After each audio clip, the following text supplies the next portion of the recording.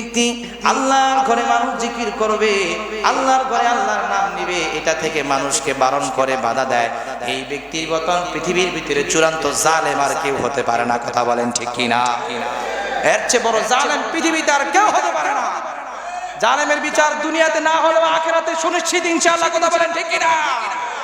যারা মুসল্লিদের নামাজে আসতে বাধা দেয়, তাদের মতন স্পষ্ট জালেম পৃথিবীর জমিনে আর হতে পারে না। কথা বলেন ঠিক কিনা?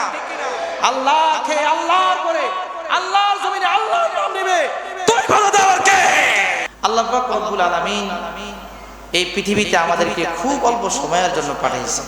সুতরাং এই অল্প সময়ের ভিতরে নিজেকে চেষ্টা করব পুরা দাম্ভিকতা, অহংকার, রাগ, হিংসা থেকে নিজেদেরকে দূরে রাখার জন্য। পারবো তো ইনশাআল্লাহ? আজকে মানুষ ধ্বংসের অন্যতম কারণ হচ্ছে হিংসা এবং রাগ, এবং নিজে ছোট হয়ে যাবে এটার জন্য মানুষ অনেক কিছু করে ফেলে, অনেক মিথ্যা বলে, অনেকজনকে হত্যা করে ফেলে নিজেরটাকে বাস্তবায়ন করার জন্য। করে কি করে না?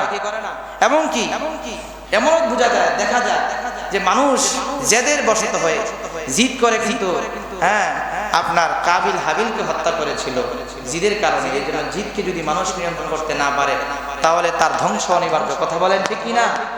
জিদ করে অনেক মানুষ মানুষের মসজিদে আসাকে পালন করে, না? এটা স্পষ্ট জিদের বশত হয়ে পড়ে।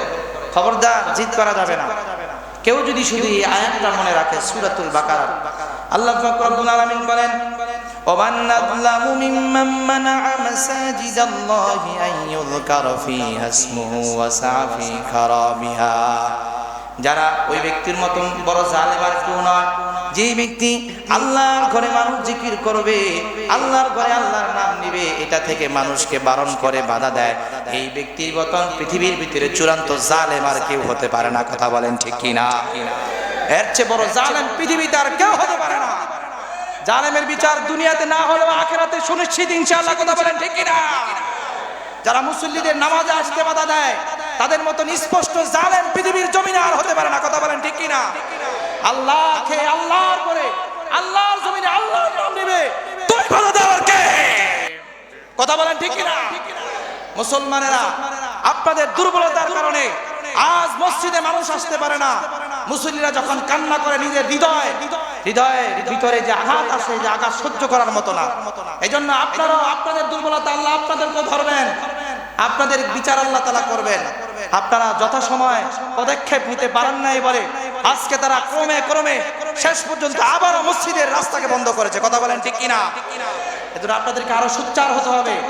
কোনো ভয় পাইবেন না। পৃথিবীর কোনো ক্ষমতা যদি, আমার মৃত্যু যদি কোনো মানুষের হাতে না থাকে, আল্লাহ যদি আমার মৃত্যু যেভাবে লিখে রাখছেন সেভাবে হবে। কোনো মৃত্যুকে পরোয়া করবেন না, ক্ষমতাকে পরোয়া করবেন না।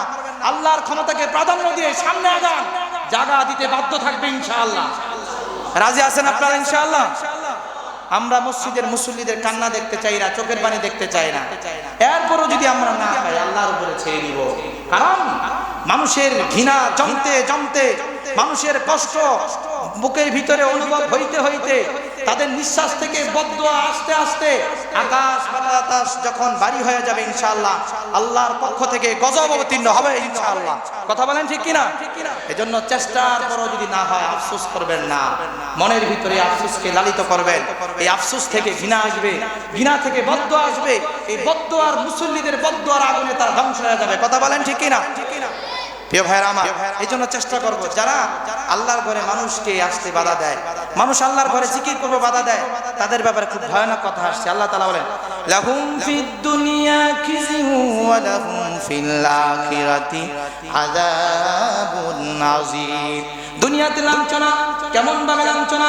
এমন কোন মানুষ নাই যারা আল্লাহর ঘরে মানুষকে বাধা দিবে আর তাদেরকে মানুষ ভালো বলবে, স্বার্থের জন্য ভালো বলতে পারে, আত্মীয় স্বজনের খাতিরে ভালো বলতে পারে, টাকা খেয়ে ভালো বলতে পারে। খবরদার, খবরদার, আত্মীয় ছাড়া, টাকা ছাড়া, স্বার্থ ছাড়া পৃথিবীর কোন মানুষ যে মুমিন মুসলমান, তাদেরকে কখনো ভালো বলার সুযোগ নাই। কথা বলেন ঠিক কিনা? কখনো ভালো বলার সুযোগ নাই। আল্লাহ তাআলা বলতেছেন, এই ভালো না বলাটাই লাহুম ফিদ দুনিয়া খিজিউ, দুনিয়াতে লাঞ্ছনার দড়ি গলায় পড়বে। লাঞ্ছনা, এমন লাঞ্ছনা শুরু হয়ে যাবে। এখনো সময় আছে, তাওবা করে মসজিদের জায়গা উন্মুক্ত করে দাও, না হয় এমন লাঞ্ছনার দড়ি আল্লাহ পরায় দিবে যা সামলানো তোমাদের পক্ষে সম্ভব হবে না। কথা বলেন ঠিক কিনা? এরপর আল্লাহ তাআলা বলেন, ওয়ালাহুম ফিল আখিরাতি আযাবুন আযীম। পরকালে আল্লাহ পাক রব্বুল আলামিন মর্মান্তিক শাস্তি আল্লাহ তাআলা জোগাড় করে রেখেছেন। আল্লাহর শাস্তি মানুষ যদি মনে করে দুনিয়ার জায়গা সম্পত্তি টাকা পয়সা কিছু থাকবে না, একদিন আমাকে শেষ নিঃশ্বাস ত্যাগ করতে হবে। এই শেষ নিঃশ্বাস ত্যাগ করার পরে আল্লাহ ছাড়া আমার বন্ধু আর কেউ নাই। কথা বলেন ঠিক কিনা? প্রিয় ভাইরা আমার, যারা মসজিদের রাস্তা বন্ধ করেছো, একবার যদি আল্লাহর ভালোবাসা অন্তরের ভিতরে লালন করে একটু ভাবো, মরতে তো হবে, বাড়ি গাড়ি সব কিছু সন্তানের জন্যই রেখে যাব, আমি কিছুই কবরে নিয়ে যেতে পারবো না। সুতরাং যেহেতু মরতে হবে, এই রাস্তা আমি আল্লাহর জন্য উন্মুক্ত করে দিব, মুসল্লিদের জন্য। হতে পারে ইনশাআল্লাহ আল্লাহ তাকে মাফ করবেন। কথা বলেন ঠিক কিনা? এখনো যদি তা এই রাস্তা উন্মুক্ত করে দেয়, ভালোবাসার হাত বাড়িয়ে দিয়ে সর্বোচ্চ সম্মান দেবো, তাদের জন্য দোয়া করব। ঠিক আছে ইনশাআল্লাহ? আমরা তাদের জন্য মন করে দোয়া করব। শুধু একটু মনের পরিবর্তন দরকার মানুষের। কি হবে বলেন এই জায়গাটা? আমি ইচ্ছাও করি না কথাগুলো বলার, যেহেতু আল্লাহ এই এখান থেকে বাইর করছেন, সুতরাং এই কণ্ঠ নিয়ন্ত্রণ করার দায়িত্ব কার?